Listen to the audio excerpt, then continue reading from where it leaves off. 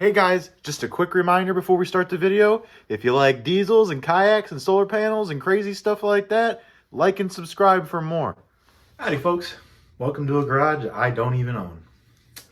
Today, we're going to talk about whether or not an mTDI is right for you. The answer is, well, we're going to talk to my buddy Plank. We're going to go through a flow chart. Do you hate yourself? Answer to yourself now. Yes, no. We're gonna get to that. Do you want to hate yourself? Of course. Life is fleeting. Existence is pain. Your body is a prison. Buy a TDI. What were we talking about again? Oh, this was supposed to be at an mTDI. Plank, you were supposed to remind me, man. Let's take a look here. Cue the 1989 Jetta. This is my example.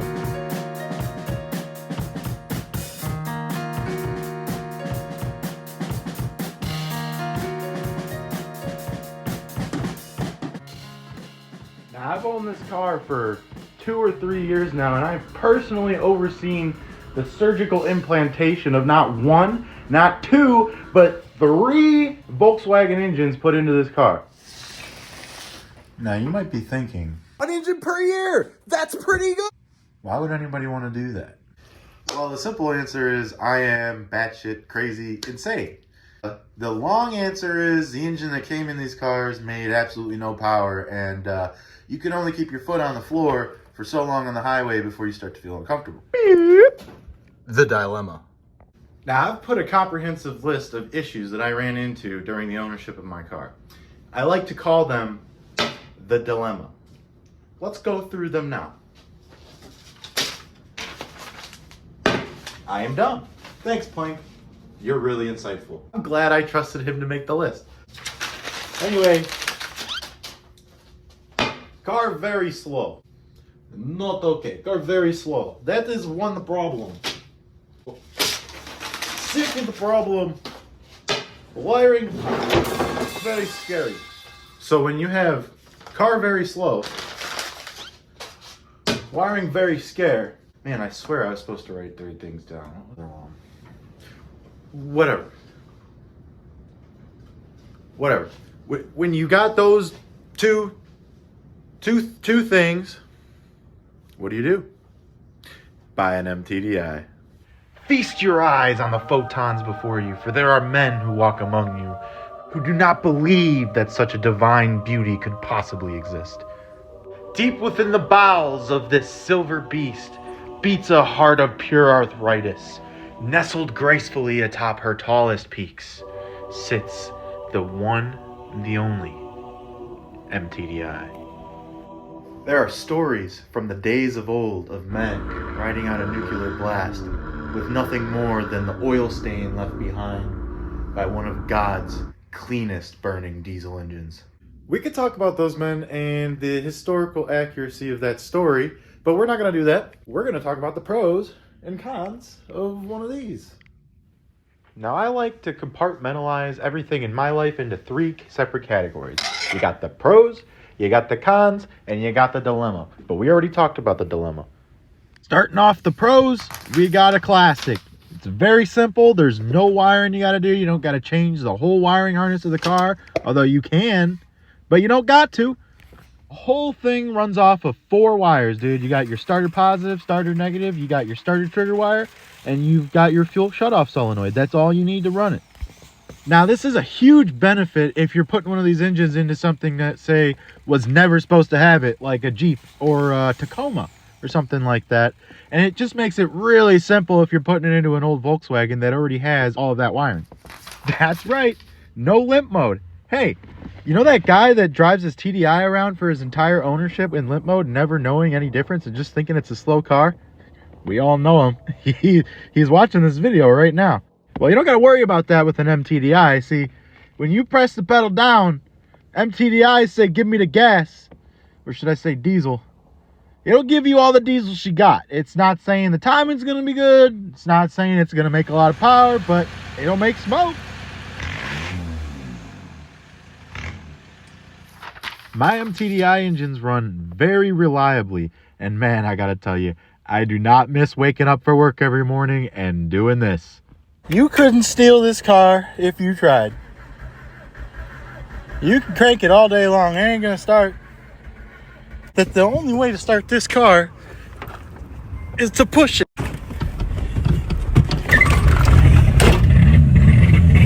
Yep, they're significantly less finicky than the electronic pumps when it comes to bleeding them. So when you run them out of fuel or you run some crap fuel in them, as long as you got a good battery, you're going to be just fine getting that puppy running. You don't got to carry that vacuum pump around.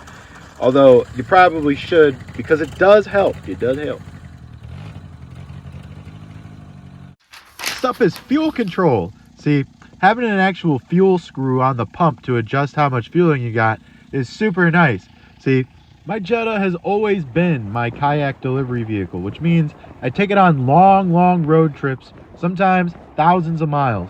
And on those long trips, I'm willing to sacrifice some power to get some fuel economy. Now, we can talk about fuel economy in another video altogether, but it really is nice to be able to just turn a screw and change your fuel economy just like that. Now, you've seen them, I've seen them, we've all seen them. Those guys that come on the forums with a code or a problem, they don't put the name of the car, they don't put the year of the car, they don't put the make of the car, they just ask away. You know those guys don't got VCDS. Seriously though, this could be a benefit or a downside depending on how much you hate computers and electronics in general. Quite frankly, you better be ready to learn some grade A telekinesis because you're going to be mentally communicating with your engine for the rest of time to figure out what's wrong. Personally, this is my favorite pro. I mean, who doesn't love something that just runs on sludge and goes? I mean, I don't got $10,000 to set up a centrifuge machine myself. I mean, who does? I mean, if your sludge is 47.6% water, I mean, obviously that's not going to work. But hey, it cares significantly less. Especially when you're doing crazy, dumb stuff like this to it. Come on now, did you really think there was going to be any cons? Yeah, unfortunately, there are some downsides, and we are going to have to talk about them. Now, personally, one engine per year sounds pretty good to me, but I do understand that there's a lot of people out there that want to get 10 years out of the engines they put in their cars. And they don't want to be rebuilding them every 6 months, you know? The mTDI can be very reliable, just as reliable as the electronic pump. However, there's no computer looking over things anymore, so the only safe tune you got is your start of injection timing settings and your right foot. Now, like I said earlier, no VCDS can be a blessing or a curse depending on what kind of person you are. If you're not willing to experiment over and over with a ton of different timing settings and really learn what makes your engine run good, then you might want to reconsider buying an mTDI and just go with an electric pump. Now, I'm a big fan of this one because, like, who could save me anyway, you know? But seriously, though, what do you think would happen if I took this car to a mechanic? I don't even have to wonder, because the last time a mechanic took a job from me had to have been over a decade ago. They hate me. All I'm saying is, if you're going down this route, you better be willing to be the only person who's ever going to touch it again. Yeah, you're always going to be slow and smoky no matter what you do, but an mTDI is always going to be better than a 1.6D with a turbo or a 1.6 TD, especially if you're swapping the engine into a Jeep or a Samurai or something that's heavier than the Mark II cars were. I'm not saying you can't just slap one of these on, not measure the timing, and drive down the road, because you totally can, and it'll totally work. But the real fun doesn't start until you put some big injectors and a big old turbo on there, because the stock injectors and turbo are not going to make that much power.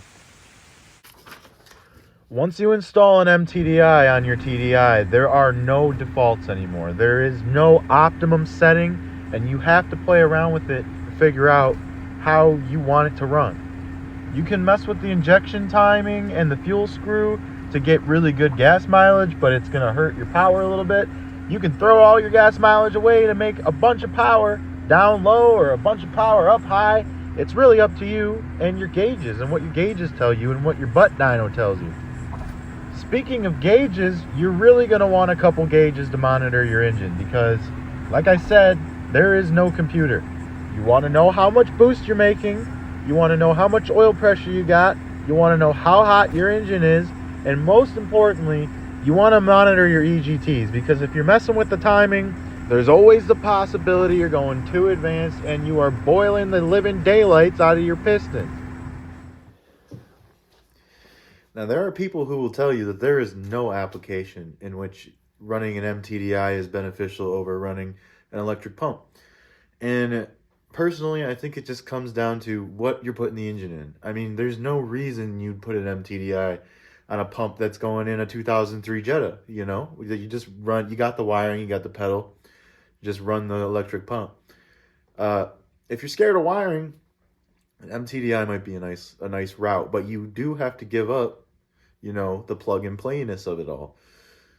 Being able to just throw a tune on it would be nice to make more power. With this, I have to put a bigger turbo and bigger injectors. I got to mess around with it a bunch, and I can get some pretty solid power. You can make equivalent power. It's just always going to be smokier and less consistent. You know, every time you press the pedal down on the floor, it's not going to be the same, because how you pedal the car really determines on how well the car pulls. Knowing what I know now, having TDI swapped my MK2, personally, I think I would have added the wiring when I was doing the swap for the electrical pump, but I really enjoy the mechanical nature of the mTDI pump. You know, it definitely changes some of the characteristics of the TDI. You know, one of the biggest things that really grabbed my attention when I first drove an old TDI was like the torquiness of it just at idle. You know, you let your foot off the gas and it just, boom, it's ready to go. The mTDI definitely feels more like a 1.6 in that aspect. The 1.6 does not just pull you the way that a TDI did, but it gives it some other characteristics that an electronic TDI doesn't have. It sounds amazing.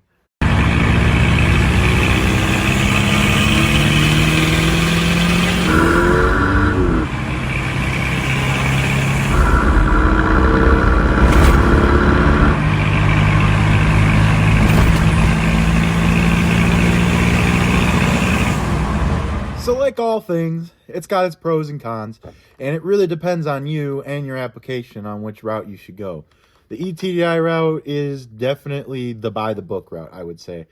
There's not a ton of information online out there about these or what you should or shouldn't do other than, nah, don't do that. So I was just hoping that maybe that this video could give you some insights from somebody who has one and daily drives one so that you can make a decision for yourself. Well, I think I'm going to end it there, and if you made it this far, I just want to thank you for spending your time watching my video, and you should like and subscribe. Especially if you like diesels and TDIs and 7.3s and smoke and solar panels and kayaks. I'm doing it all right here. Oh, Jesus. It's a freaking disaster out here. Yo. Hey, Matt. You okay in there, bud? We haven't heard from you in a few days. Oh, Jesus. He's got the lights off.